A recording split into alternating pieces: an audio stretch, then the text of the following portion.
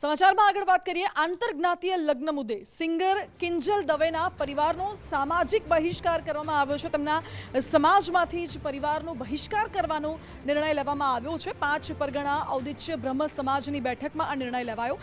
કાંકરેજના શિહોરી ખાતે બ્રહ્મ સમાજની બેઠક મળી હતી અને તેમાં નિર્ણય લેવાયો છે કિંજલ દવેના પરિવારના બહિષ્કારનો, સાથે જ સમાજના કોઈ પણ કાર્યક્રમમાં પણ તેમને આમંત્રણ ન આપવામાં આવે અને તેમને આજીવન સમાજથી બહાર કાઢવામાં આવ્યા હોય તેવો પણ નિર્ણય લેવાયો।